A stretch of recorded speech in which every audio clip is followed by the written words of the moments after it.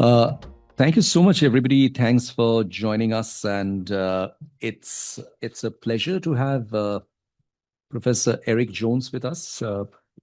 Normally, our tradition is that we introduce the subject first and then the speaker. I'll just do the reverse on this occasion, and there's a reason why I'm doing that. So, Professor Eric Jones, formerly a faculty with the School of Advanced International Studies at Johns Hopkins, is now with the European University Institute in Florence. And for those of you who might have been following the areas of international engagement, including geoeconomics, trade, and regional relationships, especially in the context of European Union, you'd know the kind of work that European University Institute is doing.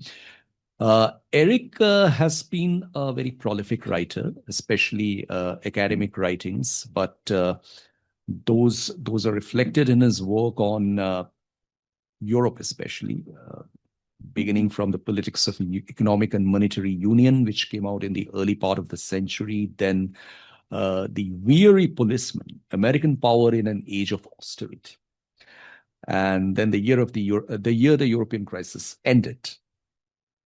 You haven't yet done something on when the European crisis began again. that will follow. And then more on the Oxford Handbook of the European Union, the Oxford Handbook of Italian Politics, a very frequent commentator for Financial Times, New York Times, and a variety of other publications, popular publications across the world. Now, of course, we are very happy to have Eric with us, and Eric has been in Singapore for some time, will be in Singapore for, I suppose, another week before you go back. But I think he comes here. I think he comes here at a very interesting time, especially in this part of the world, to talk about competitive strategic autonomy and the future of the global economy, which is today's subject.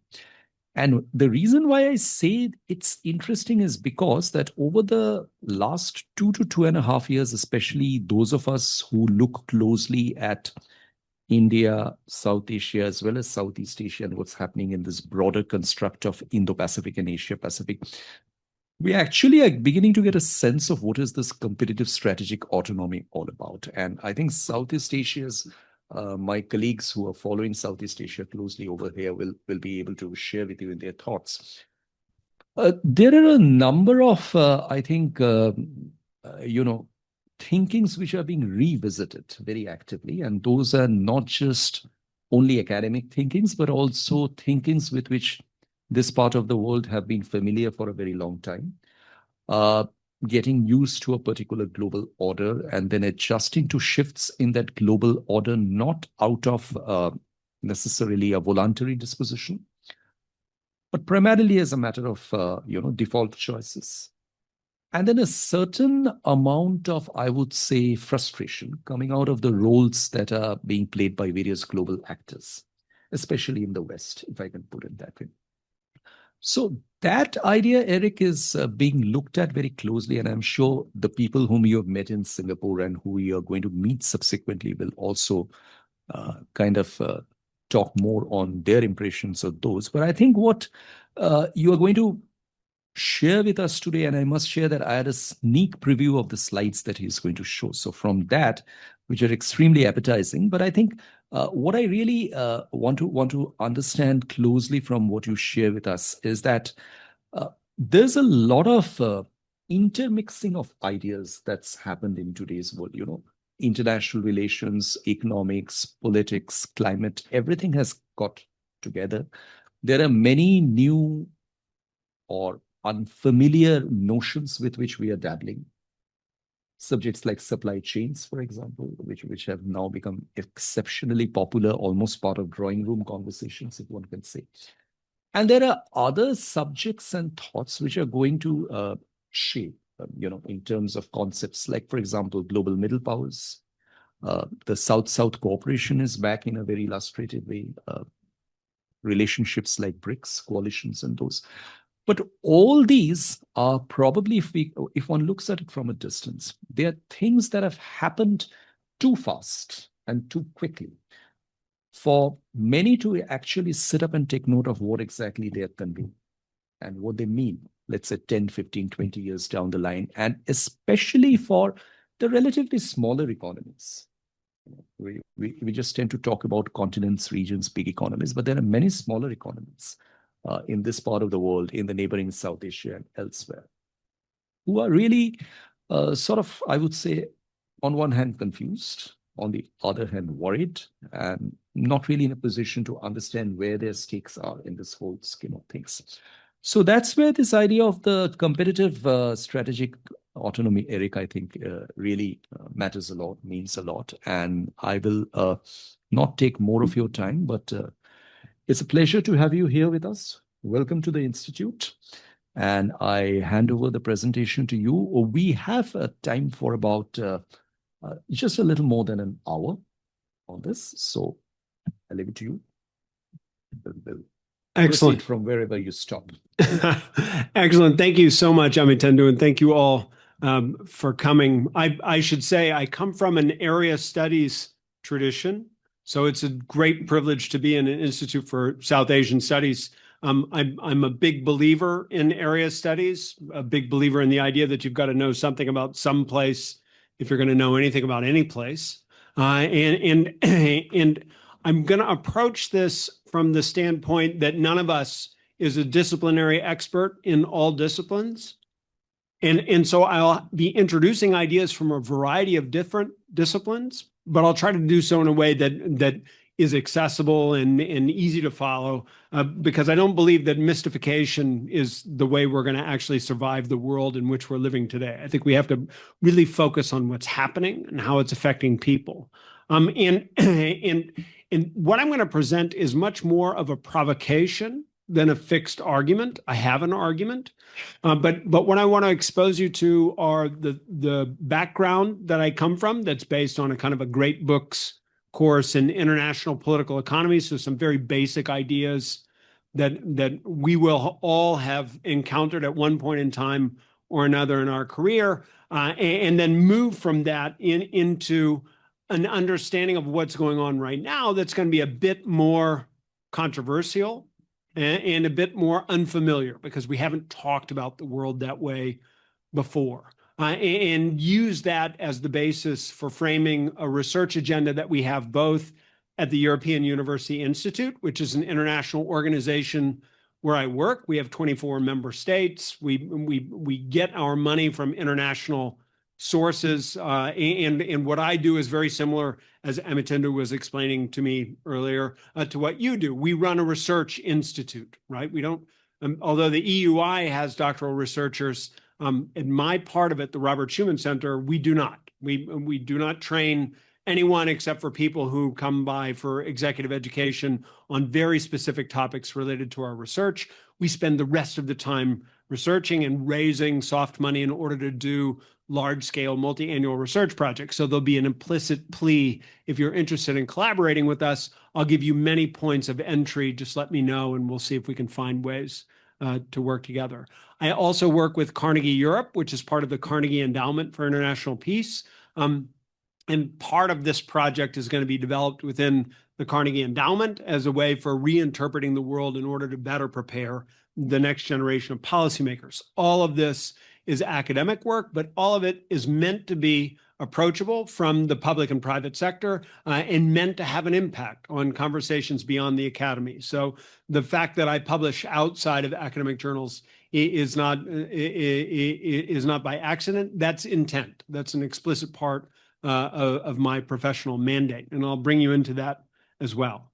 Now, if I were to explain what I'm talking about and the reason I frame this in terms of competitive strategic autonomy, I should probably go back and give you a sense of the world that we lived in, a world that emerged from the Second World War, and a world that, and please correct me if I'm wrong, India chose very belatedly to join in many respects because of its desire to maintain as much as possible a domestic policy autonomy that others were willing to sacrifice in the interest of building an international division of labor.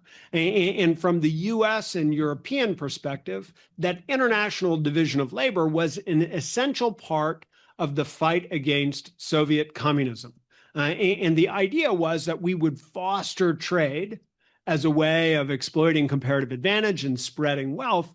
But much more important, as we did so, we recognized that we were going to lose some aspect of our domestic policy autonomy. And the more extensively we engaged in trade, the more we were going to lock ourselves into a framework where, to achieve our policy objectives, we had to agree collectively on how we were going to set our policy instruments.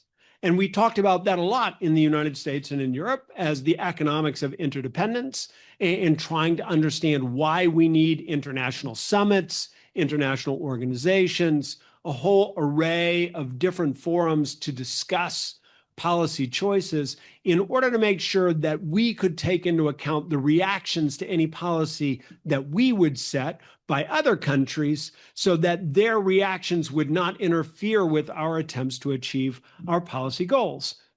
Now, in trying to understand that practice of coordination, that practice of collective or cooperative autonomy, we studied a lot regional integration. So if you were to go back into my intellectual biography, you would see that I've spent an awful lot of time looking at originally free trade areas and customs unions and the impacts that they had on the pattern of economic development in a regional context.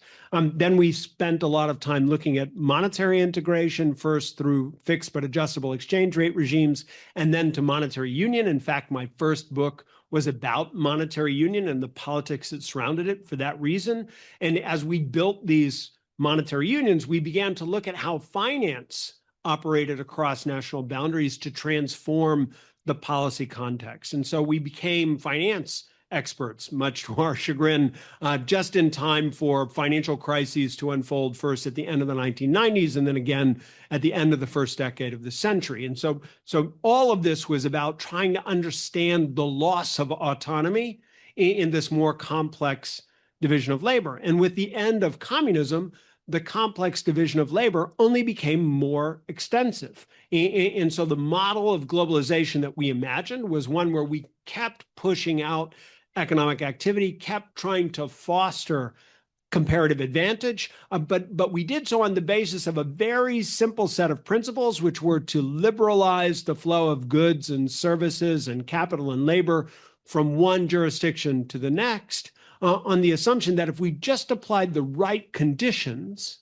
and just asked people to adopt the right regulations or other flanking institutions, then we could be sure that price discovery, the meeting of supply and demand, would represent the most efficient outcome in the way that this division of labor was created, right? And I know as I say this, it sounds very ideological, and it was, right? It was very ideological. This belief that we could foster globalization around price discovery as the mechanism for deciding how things would be distributed is a very ideological standpoint, but we all believed it.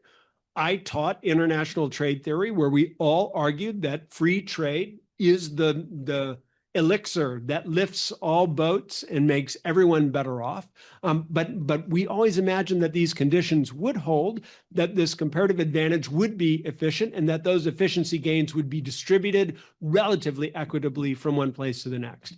Well, what we discovered is that's not actually how the world works. And in fact, when we discovered that, what was the most surprising bit of it is that all those equilibrating mechanisms that we described in the balance of payments did not seem to operate in the way that we anticipated that they would. And some countries and some parts of the world were able systematically to run surpluses to export more than they imported, while other countries and other parts of the world found themselves running systematic deficits. Now, the way I framed that, I think, is very particular. Many people would argue that the United States ran consistent current account deficits because Americans are ill-disciplined, because they spend far too much money, either in the public sector or in the private sector, because they'll consume anything as long as you make it available, and they're happy to pay for that consumption because they don't really care about planning for the future.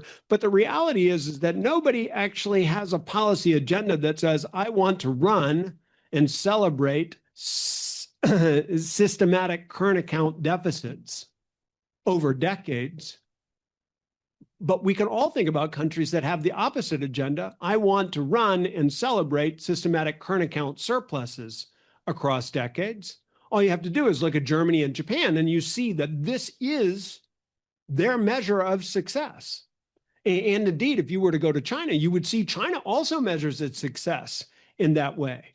And after the Southeast Asian financial crisis, Southeast Asian countries looked at these systematic current account surpluses and said, this is the measure of security that we need to achieve.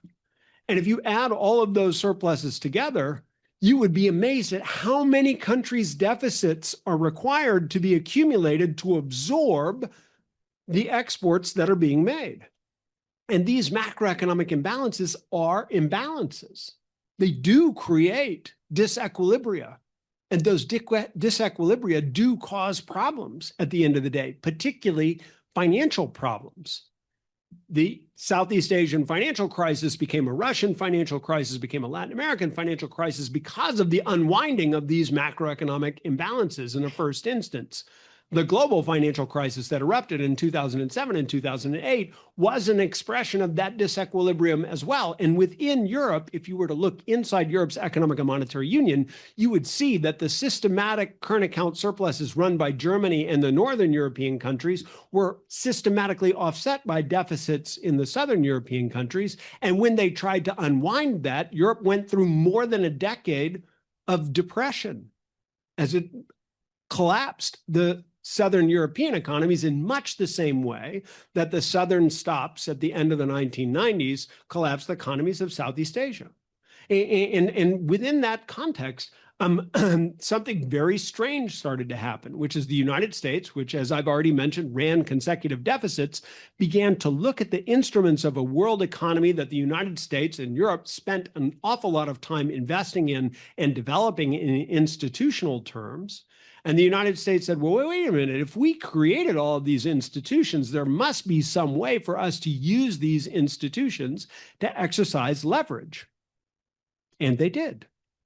And the weaponization of interdependence is all about the US government systematically, first under George W. Bush, then under Barack Obama, and then under Donald Trump. So this is not a Trump phenomenon per se. The Barack Obama administrations were probably the most aggressive in weaponizing interdependence, taking advantage of their control over shared market infrastructures in order to force other countries to do what they demand in foreign policy terms. And that weaponization of interdependence created a whole series of reactions, as did the macroeconomic imbalances and the crises they engendered. And those reactions have a common theme to them. Right? One of those themes is the pursuit of autonomy. So if you were to look at what the Southeast Asian countries were doing when they began to build up macroeconomic surpluses at the end of the 1990s, beginning of the 2000s, that was to make sure they never fell into the hands of the IMF so that they would maintain policy autonomy. If you look at what China is doing with the Belt and Road Initiative and with its efforts to engage in South-South integration, that's a very explicit attempt for China to ensure that it does not fall under the sway of American influence excessively, that it has alternatives, that it maintains policy autonomy.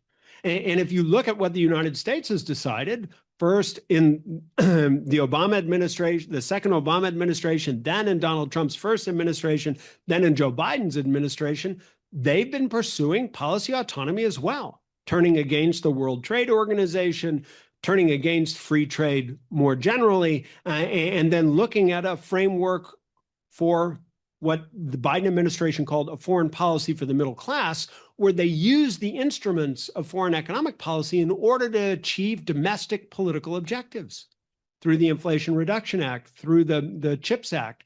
And when you look at all of these things, what you begin to realize is that their pursuit of policy autonomy is transforming the world. And from a European perspective, Europeans were late to appreciate this. Those transformations actually broke Europe's special relationship with the way the world economy works, because Europe is a regulatory superpower. It works best when it gets its regulations written into the conditions that shape the world economy.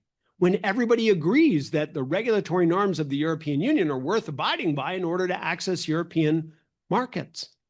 But when people stop caring about accessing European markets or regulations per se and begin to focus more on their own domestic policy autonomy, when the United States turns against the transatlantic trade and investment TTIP, transatlantic trade and investment partnership, when the United States turns around against that soft form of regulatory convergence in order to achieve its own objectives, then the Europeans are stuck. Their model for influence is diminished. And so also the Europeans have begun to look for ways to achieve what they call strategic autonomy. And the problem with this is that if you accept this and all of these reports that I list at the bottom of the screen, the Letta report, the Draghi report, the Niniso report that you'll never have read, and you are much better off for it, those reports are all about how Europe needs to re-engineer its own internal market in order to survive in this more competitive global economy. Now, what I want to argue is that these different efforts to achieve policy autonomy are necessarily competitive in the sense that as you pursue them in one part of the world, that makes it harder for countries or groups of countries to pursue the same goal in other parts of the world. Because, for example, if I want to have privileged access to critical raw materials, then somebody is going to be less privileged. It's really that simple, right? And in this competitive framing, there are going to be frictions that build up. And those frictions won't be immediately obvious. You won't see them hugely on the screen. There won't be a massive change in the trading relationship between China and the United States or China and the European Union. They'll show up as microfractures, but with important path dependencies that they create. Nonlinear dynamics that will be unleashed that will transform the global economy in a way that will be unrecognizable 15 to 20 years from now from what we see today, right? And in order to make that argument, what I want to suggest is that rather than focusing on policy per se, what we should do is look at the area of vulnerabilities, the things that impinge on our autonomy, and imagine the piecemeal responses of policymakers in different parts of the world as they look at those specific vulnerabilities and then accumulate those responses from one vulnerability to the next, and imagine what the world would look like once that accumulation takes place, because that is the dynamic that is being unleashed. Now, I think if we're going to talk about these sources of vulnerability, there are 5 different things that we'll want to look at, right? The first is the most obvious, which is that there are essential things like food and fresh water, right? Or critical raw materials, things that are necessary to build manufacturers the way they are designed at the present, right? That we need to have access to. And if we lose access to those things, bad things happen, right? But then we should talk about foundational technologies, the core patents, the bottom of the stack in a technological stack, the thing that controls everything else in the array, and the intellectual property rights that derive from those foundational technologies, because those are going to be important as well. We should talk about market infrastructures and networked industries, the things that we share by dint of the fact that they're physically the only things present, or by dint of the fact that they have increasing returns to scale. So the more we share them, the more valuable they become to all of us. And we should look at strategic assets or industries, those things that exist uniquely. They're very expensive to produce. Nobody would want to duplicate them if we don't have to. And finally, we'll get back to macroeconomic policymaking. Now, what I'm going to do is introduce these things through the literature that has inspired me to have this conversation. So this is not about my brilliant insights. This is about the fact that I do a lot of reading, right? And I'll show you the books that I've read in case any of you are interested in reading them as well. So, for example, if we want to talk about essential commodities, right? The book that is what I guess furthest on your left, called Frontiers of Empire, is about a very interesting agricultural economist at the end of the 19th century in Germany, whose name is Max Searing. And he's sent to the United States by the German government to study the homesteading of farmers. A lot of them were German, including my own great-grandparents who went over on, not on the same boat, but in the same year, 1883, that Searing went over to study this homesteading. And what he looked at are the property rights, the way they governed the farms, and the land tenure that they had to have in order to make for successful farming. Why? Because the Germans needed to understand homesteading because they knew they had a vulnerability to food.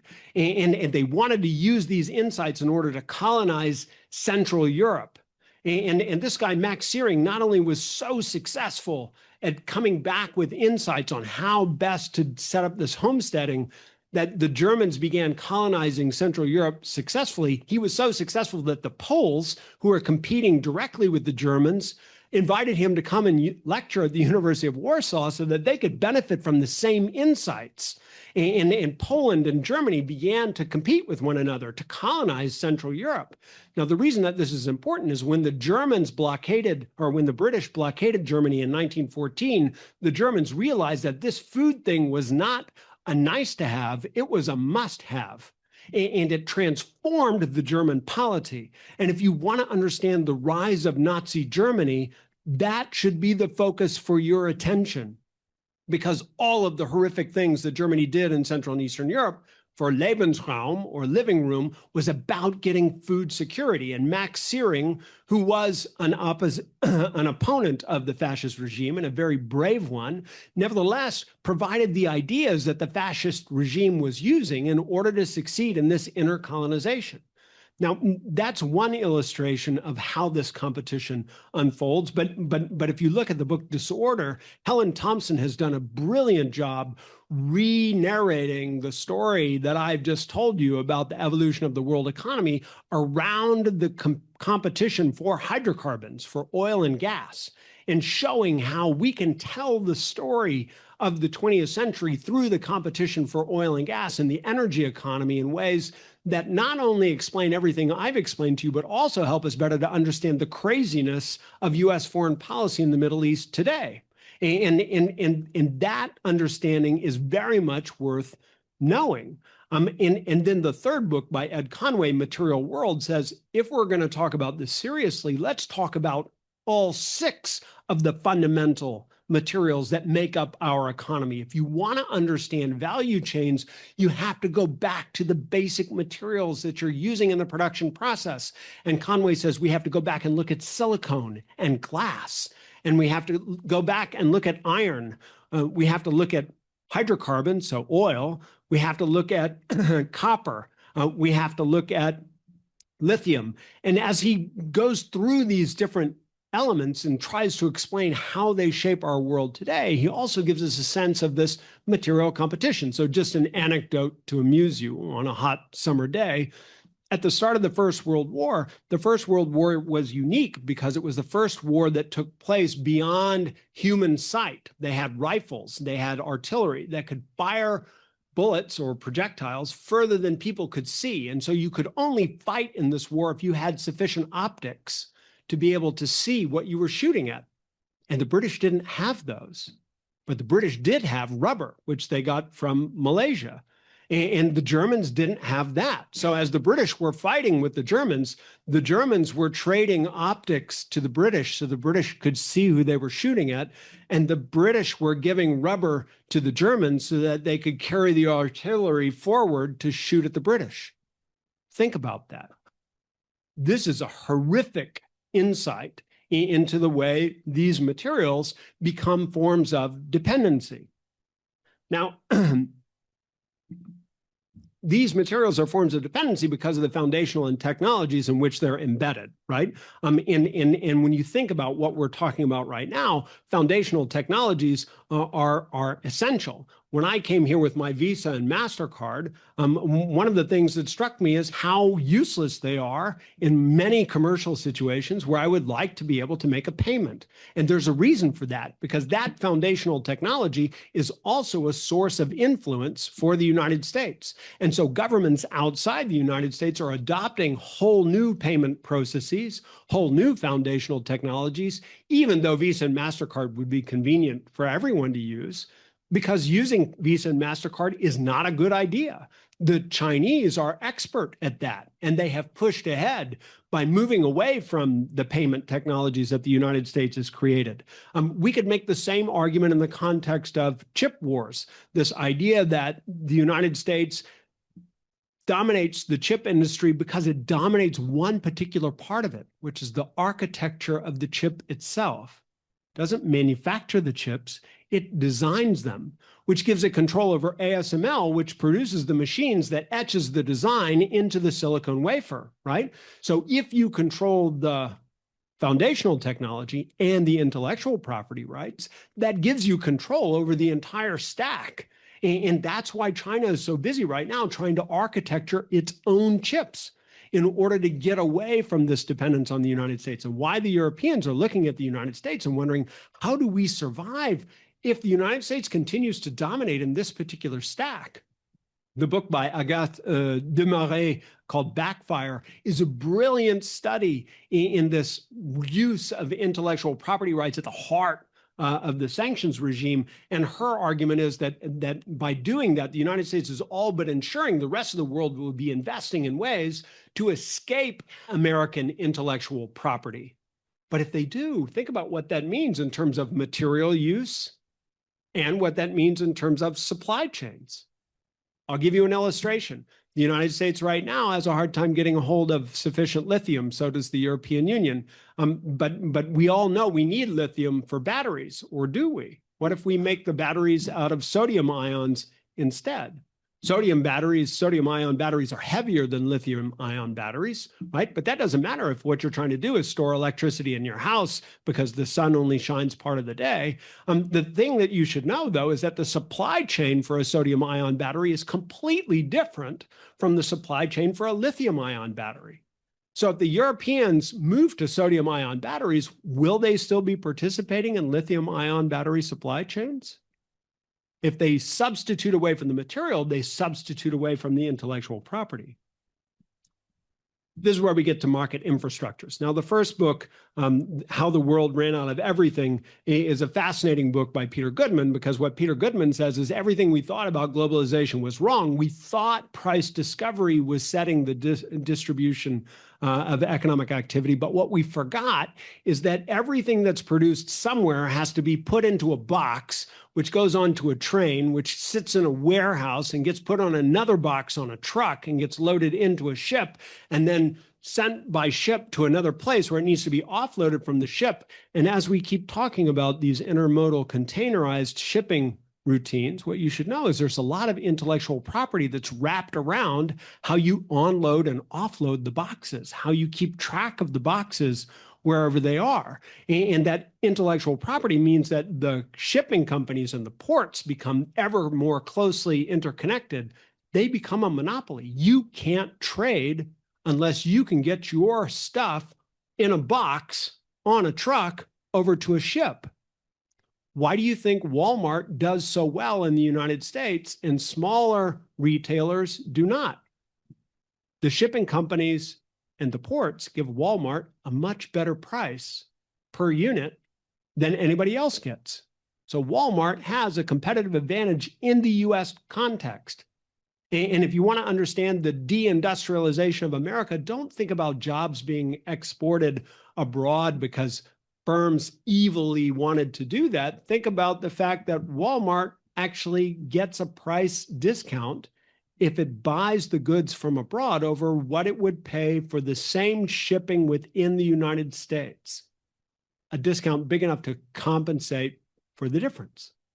And in that context, so Goodman argues, we experienced a form of globalization that was totally different. And so we need to figure out a way to get away from these shipping monopolies and the other monopolies that we have. What Henry Farrell and Abe Newman have showed is that this extends to the monopolies for telecommunication and data transfer. Think of all those fiber optic cables that run under the ground. Think of all the transit hubs that they connect to, and then ask yourself what the United States is doing when it looks at the data that process through them, right? And we all know the answer to that. Since the George W. Bush administration, the United States has been systematically examining that data in order to look for the financing of terrorist organizations, and anything else that might be of interest. And so people are looking for ways to get around this conduit or data. And one could make the argument that they're trying to get around also the large platform technologies that the United States dominates, both for cloud computing and for retail and other services. This is where Diane Coyle's book comes in. We have never experienced industries that have positive returns to scale on this basis. And the wealth that these industries are able to acquire is astonishing. And think about that way those industries treat one another. Apple and Google do not talk to each other. Google and Microsoft do not talk to each other either. And Microsoft and Sun don't talk to each other, right? But they dominate cloud computing. And what I'm suggesting is just like these firms are trying to control the whole stack, governments will try to control the whole stack as well. So just like they fragment the information economy, governments will do the same. Now, in this context, you might say, well, okay, yeah, but there are certain strategic assets that can't be duplicated. We can only have so many large airline industry manufacturers, for example, which is the old Boeing Airbus conversation. But the reality is people will duplicate those industries if they think that that is the only way that they can be sure to get access to that kind of capability. And the same thing applies, and this is the second book written by two U.S. Army generals and one academic. It's the same thing that applies to things like nuclear weapons and strategic lift. Europe has been consistently denied the opportunity to develop these technologies in a major way by the United States as part of the NATO alliance. And now they're not accepting that guidance anymore. Now they want their own strategic capacity. And that strategic capacity extends beyond nuclear weapons all the way to control over the world's currency. You see, the United States dollar is the currency of transaction, but the United States uses the dollar and access to US dollar clearing as an instrument to project its influence and to enforce its sanctions. So a lot of countries are looking at ways that they can replace the dollar, maybe not at the global level, but certainly for as many transactions as possible. But if we all start using different currencies and we all have different strategic assets, then the incentives for collaboration are much diminished. And here, I should say, back into the context of macroeconomic policy, in many ways, this is the undoing of the way the global economy was set up. Now here, I'm just going to tell you a story about dollar dominance, right? Because many of you will not know that before 1913, the United States did not have a central bank, and the US dollar was not a major international currency by any stretch of the imagination. And whenever the United States got into a bad situation, it had to enlist support from major central banks in other countries to provide gold to prevent the United States economy from collapsing. J.P. Morgan played a critical role in doing that. The banker played a critical role in doing that, drawing on his contacts across the globe. And what J.P. Morgan realized after 1907 is this is not a way to run a serious economy. And so he pushed very hard for the creation of a U.S. central bank. And once they created a U.S. central bank, then it was only natural for the United States to try, as an act of policy, to displace the British pound as the world's currency. That's what Dollars and Dominion is about. It's about how the U.S. banking industry and the U.S. government insisted on developing the dollar as the world's currency. But by doing so, they ensured that the United States would not be able to conduct its macroeconomic policy without taking the rest of the world into account. That's what Brad DeLong's book is about. His history of the post-war economy is really a history of the United States sacrificing domestic policy autonomy in order to stabilize the global system. And the United States doesn't want to do that anymore. And so as it retrieves its domestic autonomy, we should expect volatility in the global system, in the global financial system, to increase. Now, If we add all of these things together, right? Material substitution, changes in intellectual property regimes, duplication of market infrastructures and strategic assets, and a retreat from shared or cooperative macroeconomic policy setting toward autonomous macroeconomic policy setting, we are going to see a very different world economy. It won't show up immediately, but it will show up.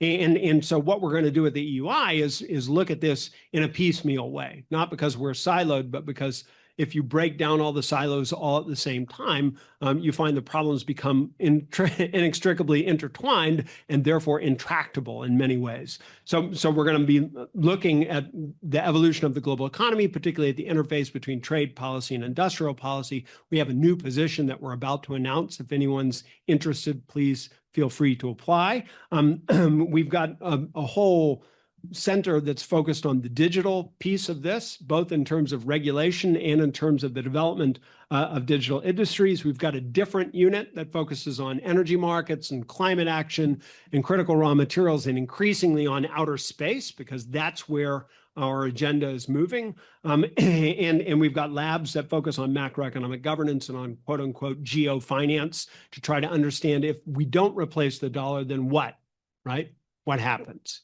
And then there's a project that I'm running on common pool resource management, right? How do we get organized? Because this idea that we're all autonomous is great until we realize that some problems have to be solved collectively.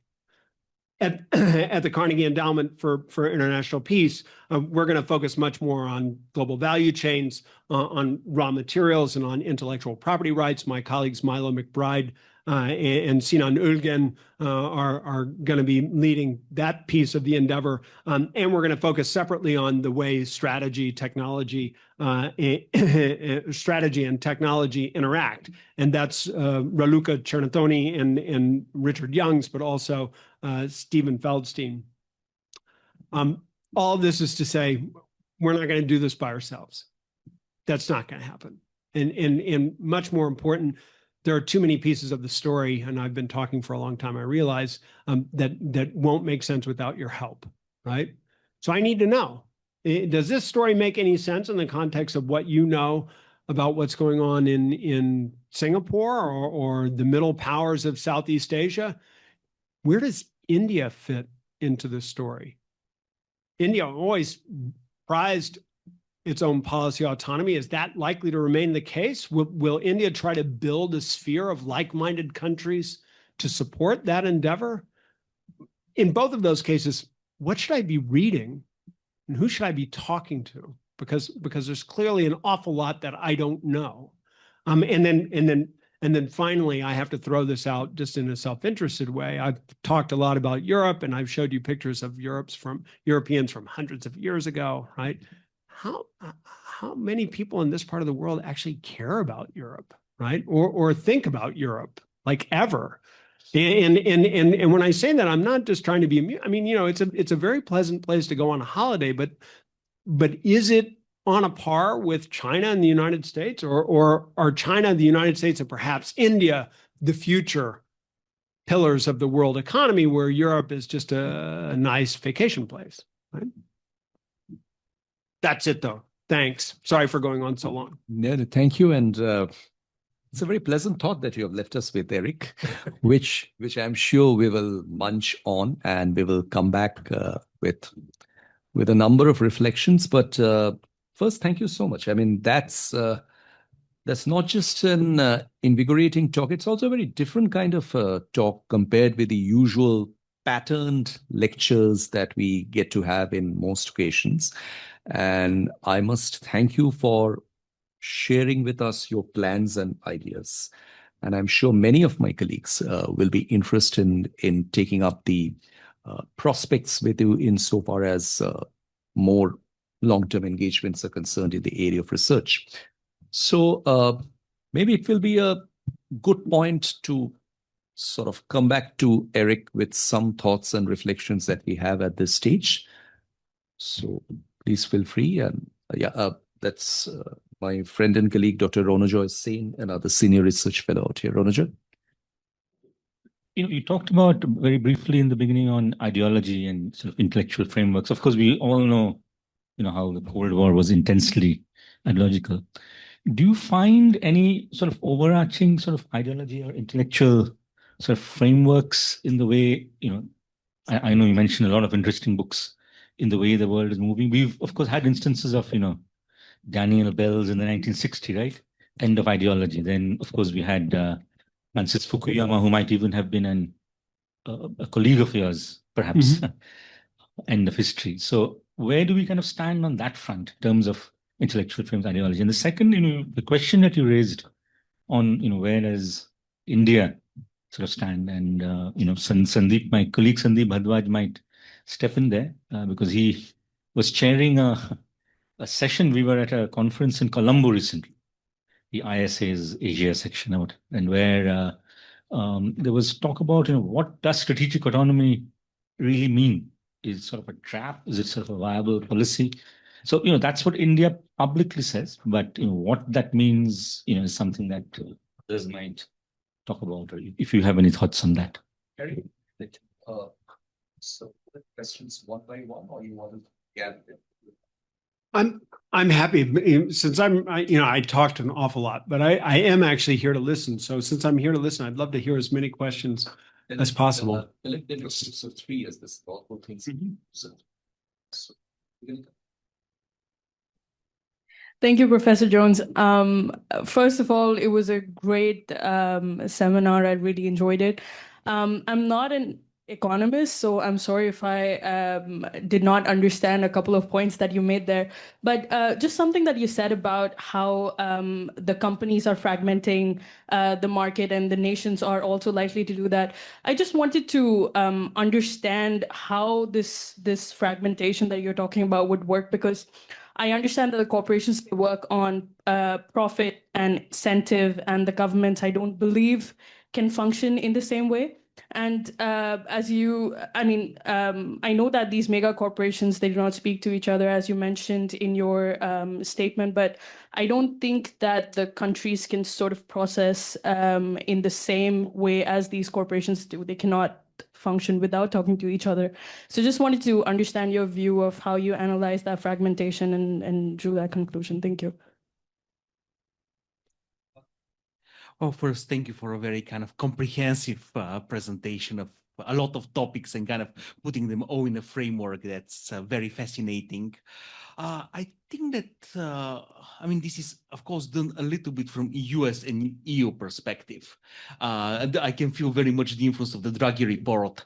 I think that part of the whole complexity of the issue is that there has been also a huge technological revolution, obviously, going on. And in a certain sense, a technological revolution, just as, for example, the first industrial revolution completely sets apart the kind of different actors and kind of structures the international economy in very different ways. So in a certain sense, we're still in the process of the latest technological revolution, and this is resetting things in many ways. And in this sense, Europe's problem is more the fact that it's falling within the system and kind of it's getting kind of its position within the system is eroding, while India's position is completely different. It's trying to integrate in some ways in the system. And while it would like to kind of create its own system, I think that it's at least at this stage not capable of doing so. So in a certain sense, India is a little bit a split power. On one hand, it wants to create this system of its own,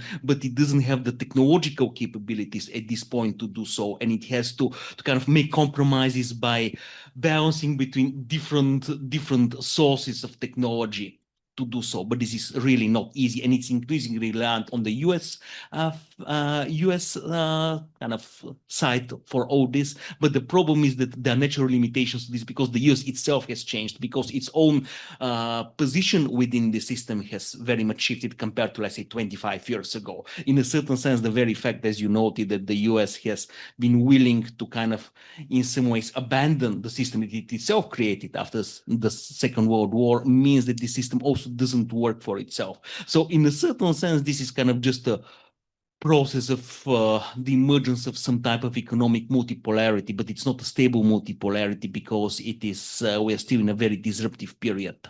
So in a sense, there is kind of an economic process. There is also technological process, which I think is very important. And we don't know where the technological process is going, because I don't think we have even started really absorbing the consequences of the huge coming AI revolution, which is probably going to be enormous.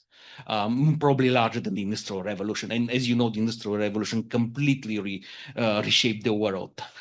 So in this sense, I think that Europe is wedded to an old understanding of the world. And there, by the way, I very much agree with Professor Ronald Joyce saying that ideology is also a very important thing, because much of this interpretation that you spoke about of the international economy as a price maximizing system was based on a particular neoliberal understanding of economics. And in a certain sense, now we see kind of the Europeans, until relatively recently, were wedded to a version of this, maybe not the French, but more generally the European Union was wedded to this understanding. And I don't think that this is surviving the impact with reality. And now I think that there are new ways of thinking. By the way, you can see it very clearly in China. They're just thinking about how the international economy works in completely different ways. And this is related to what is happening now with the second China shock and so on and so forth. So I think that all this stuff can be put as inputs within this framework that you discussed. I mean, you asked us about our opinion, so that's why I gave this kind of brief presentation of my own. But that's really very fascinating stuff. And by the way, great books. Well, first, thank you so much. Thank you so much for the comments. I will have to meet with you afterwards to make sure I get your names down correctly. One thing I should say is that we in the European Union we tend to create jargon that has a certain sense of functional ambiguity, right? Which is why, for example, we talk about European integration as opposed to European unification, right? Because everybody knows what unification is. Nobody knows what integration is, right? And that was an explicit choice. You can even go back into the archives and see policymakers, mostly in state departments or ministries of foreign affairs, saying, we're going to privilege the use of the word integration because that will push down a lot of conflict, right? And strategic autonomy is a term like that, right? So we talk about strategic autonomy and it sounds really technical, but nobody really knows what it means, right? But if you think about it and ask yourself, should India be able as a country to act decisively and with purpose, right? So should it be able to act? Should it be able to act decisively? Should it be able to act decisively and with purpose, right? In order to achieve goals? I don't think anyone would disagree with that. And in many ways, that's what strategic autonomy is reflecting, right? A desire to be able to act decisively, and to act decisively with purpose. For the European Union, it's hard because you have to get many more different kinds of actors together in order to decide what the purpose is, right? But to act decisively and with purpose is a legitimate goal. The question that we've been wrestling with for the last 80 years is, am I going to achieve that purpose if I ignore the actions of others? And the decision that everyone seems to be making now, and this is part of the worldview, I don't want to say it's an ideology, is I don't have any choice. I have to ignore what other people do, right? I have to focus on our interests first. Jake Sullivan gave two very important speeches when he was National Security Advisor in April of 2023 and in October of 2024, where that's exactly what he said. He said the United States has to do what the United States is going to do for America's reasons. And if the rest of the world doesn't like it, well, we can't help that, right? Because we have to act decisively and with purpose. I think this is the elements of an ideology that are coming up, right? If other people are going to interfere with my ability to act decisively and with purpose, what am I supposed to do? The Trump administration says we will react with violence, with force, right? I don't think they're the only government that feels that way. I think Russia feels that way. I think China feels that way. That if people are going to try to stop China from doing what China wants to do, China will push back. Now, how much force is a different question, right? But the pushing back, I think, is on the table. And that pushing back can take many forms. In the United States, if you were to look at the U.S. MCA, right, the U.S. Mexico-Canada agreement, they introduced a clause in the USMCA that said in the first Trump administration that you get this privileged relationship, Canada and Mexico, with the United States, but if you form a similar agreement with China, we may take that privileged relationship away. Suddenly, the USMCA becomes an exclusive agreement, right? And we're seeing these poison pills being introduced in lots of trade agreements where you get a privileged partnership, you get investment, but if your investment is used for the wrong purposes, we take it back again, right? And that's what's making these relationships exclusive. That's what's proliferating this fragmentation. That's where it becomes like the private sector, right? Because if you do business with Apple and then you want to do business with Google, Apple has to agree, right? Otherwise, your privileged relationship with Apple doesn't hold anymore. The United States is writing that explicitly into its agreements, and now the European Union is doing that too. And in that context, we have to be a little bit concerned, right? That the idea that relationships in economic terms should be exclusive, this is way beyond neoliberalism, right? This is into a whole Chartist theory of economics that's very different from anything we've seen for years. And so I think we have to be attentive to that. I'm not sure there's a real ideology that underpins this. I'm much more convinced there's no real vision for the future that underpins this. You know, we can joke all we want about Frank Fukuyama's end of history, but at least he offered a vision, right? He said, this is the vision, right? And we could disagree with that. I don't hear any politician in Europe or in the United States offering a vision.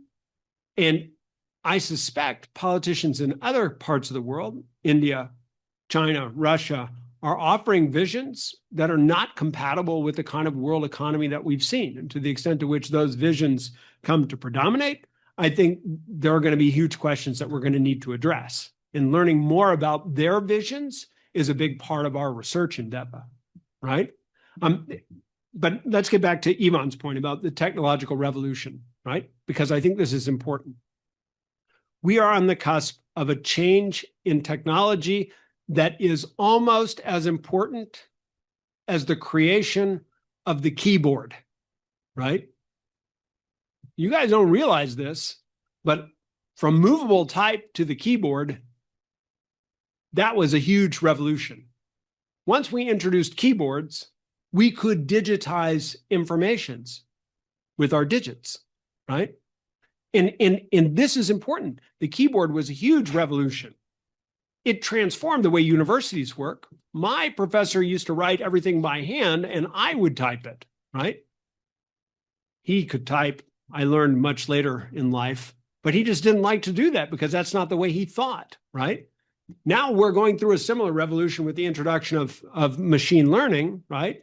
And we'll call it machine learning for right now because the neural network models or the evolutionary models that are used in machine learning are different from one context to the next, of which one class of models are the large language models that we've only been just introduced to. We don't know what impact they're going to have. But let me just tell you one thing, a thought just to imagine. Take a train in the United Kingdom and try to get from east to west, it's a nightmare. Why? Because they were at the cutting edge of the railroad revolution. They were the technological leaders.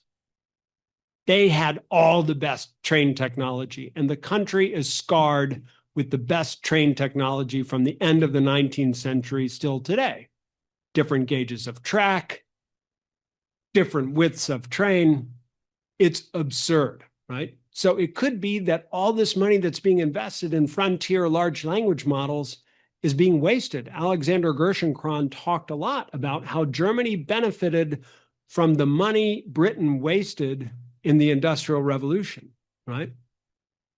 So I'm not sure it's deterministic that Europe is going to lose this game, right? What I am sure is that there's a lot to be played for, and we need to figure out how the game is going to be structured, right? And that's what this conversation is about.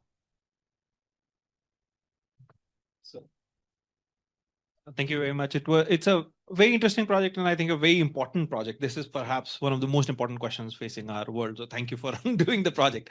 I have one comment and two comments disguised as questions. So basically all comments. We have a little bit of time, right? So one is, I agree with you that there is this, and especially from United States, this attack on, the weaponization of interdependence, the attack on institutions, all that is happening. But I mean, I would argue that that's something that's been going on since day one, right? In 1949, Marshall Plan is weaponized when the United States says to Dutch that you have to get out of Indonesia or we'll stop Marshall Plan aid, right? They kill ITO around the same time. So they have been doing it forever. And I mean, and it's been going on at a very large scale. I mean, something like cotton textiles arrangement of 1960s or the multi-fiber agreement or those kind of quota systems, which are basically rearranging the entire trade flow of the world on cotton textiles, which is a very important commodity, right?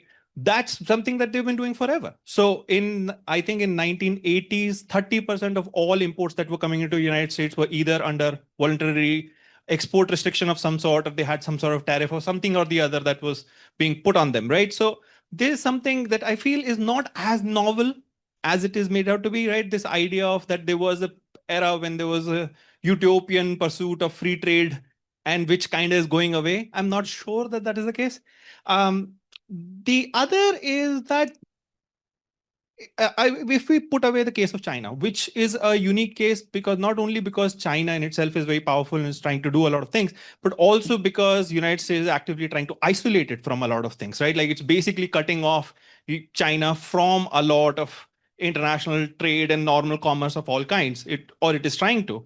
Other than that, other countries, is it actually the case that they are pulling away from international trade, or what we have seen in the recent years is kind of connecting themselves further into what United States is leading, right? What Ivan was saying, that there is a kind of a two-way thing of India talking about that we need to have independence and all that, but at the same time getting more integrated into supply chains, which are US-led supply chains, right? Or participating in more of Pax Silica and all these kind of things. So, and it seems to be a similar case with other Southeast Asian countries as well. So I'm not sure if the jury is, I feel like jury is out on whether the world is becoming more integrated or less integrated. If we keep China out of it, right, rest of the world, right, given all these strong arm tactics that US is doing. And what do you think about that? So that's the disguised question.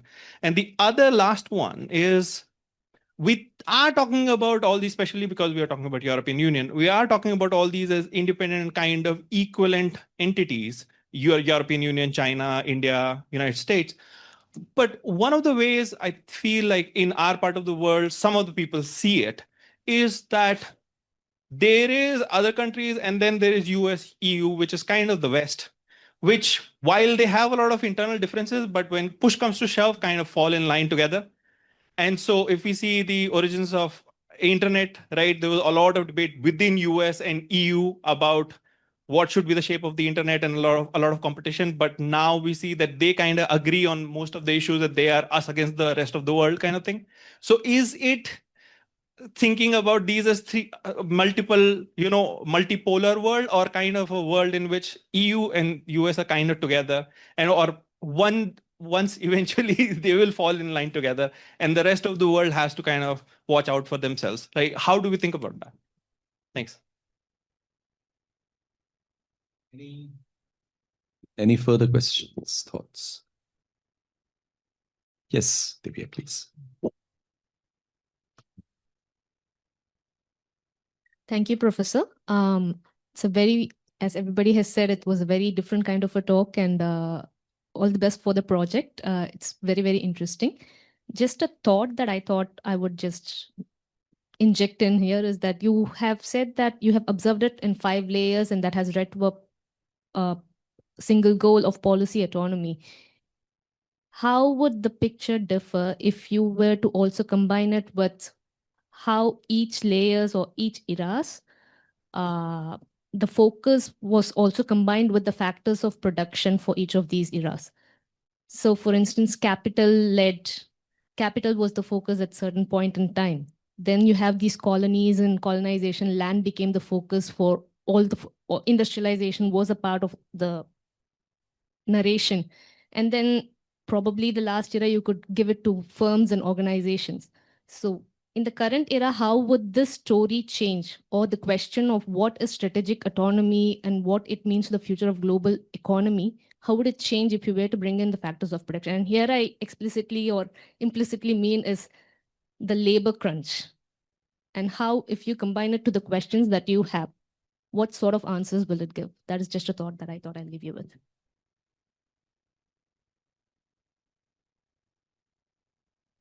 Okay, if no more on there, then Eric, what I propose is that I'm certainly going to leave the last words to you, but not before I have had my words.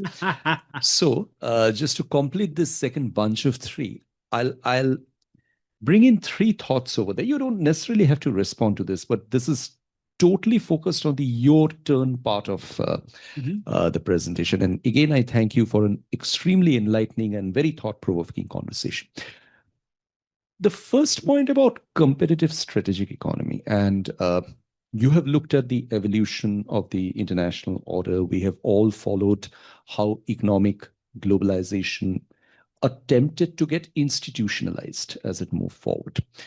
Now, it's not to say that competitive strategic economy instincts were not there at that stage. And if we go back in history, we do see that at the time when something like the World Trade Organization was coming up, you also had the APEC coming up in this part of the world, right? But APEC never really positioned itself as a contesting framework to WTO, but it worked on a voluntary basis. And it kind of said that we are going to complement what the WTO is doing, if it can. Of course, there were injuries, let's say, for example, that were faced by, very notable regional politicians like Mahathir Mohamad, the Prime Minister of Malaysia, and others. But what I mean to say is that competitive strategic economies was perhaps inherent always. It was the DNA.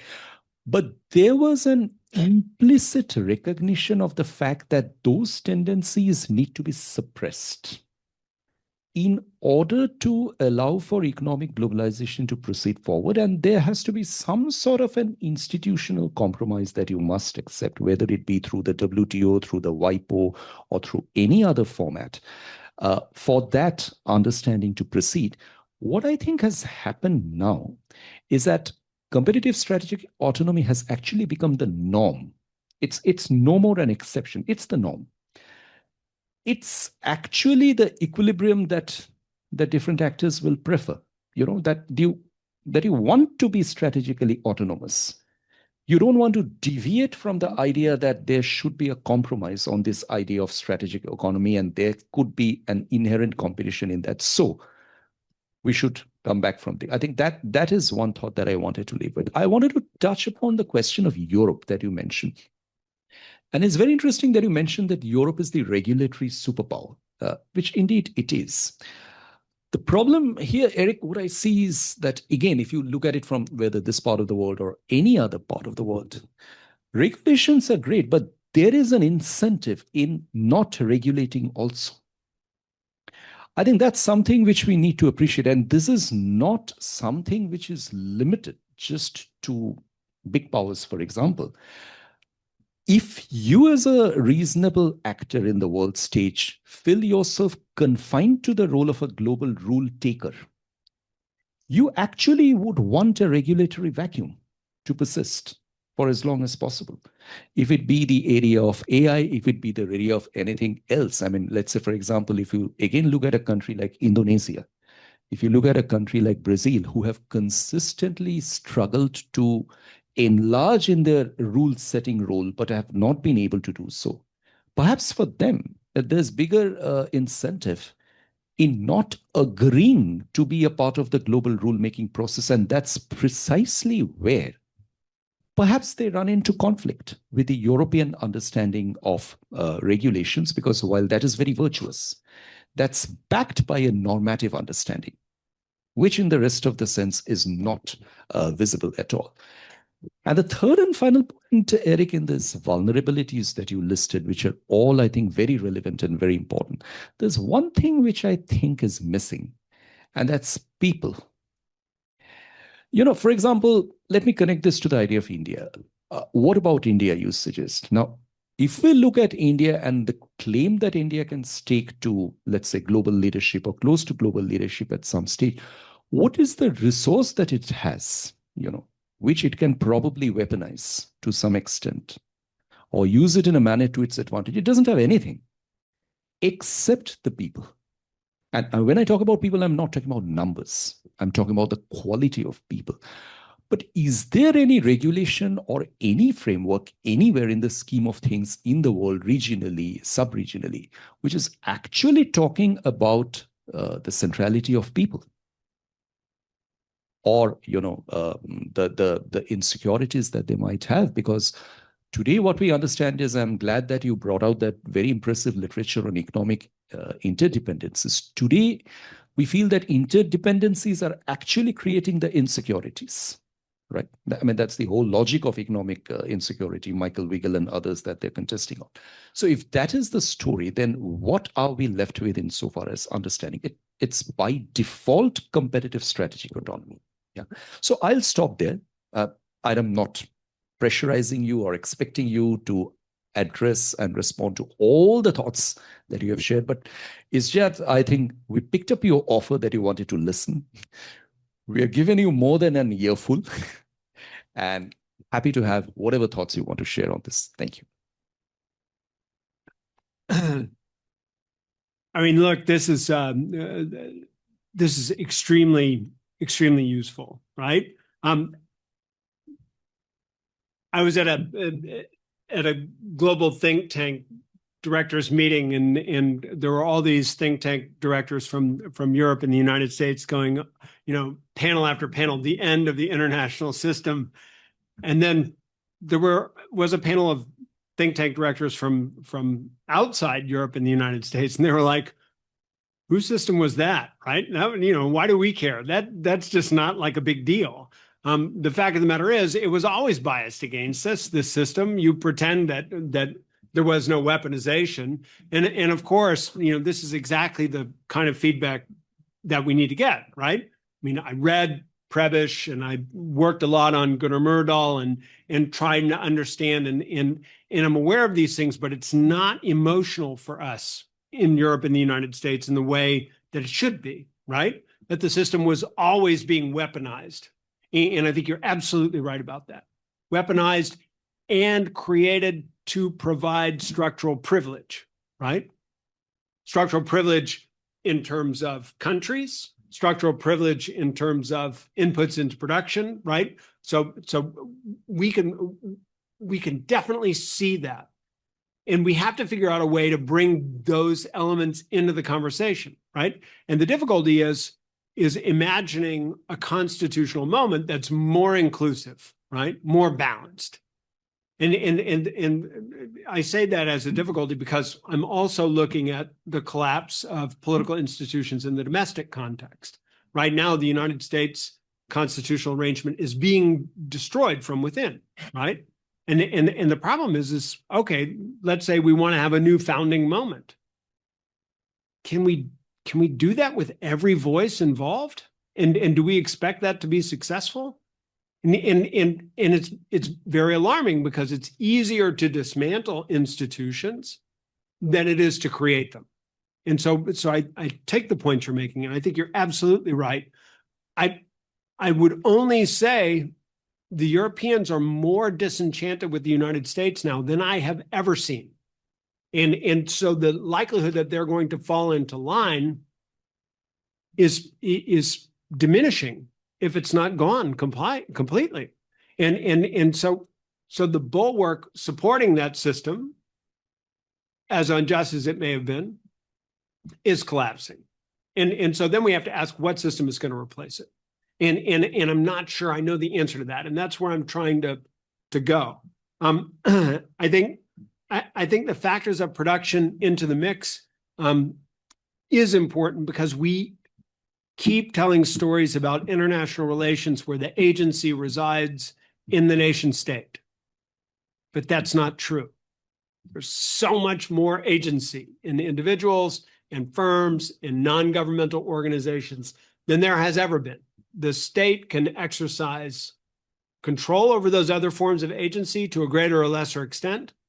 But just look at what's going on with the United States and Iran right now, right? When the state tries to exercise control over another state that's equipped with a population that is not particularly favorable to that state, but is definitely not ready to be invaded and conquered, right? It's not successful.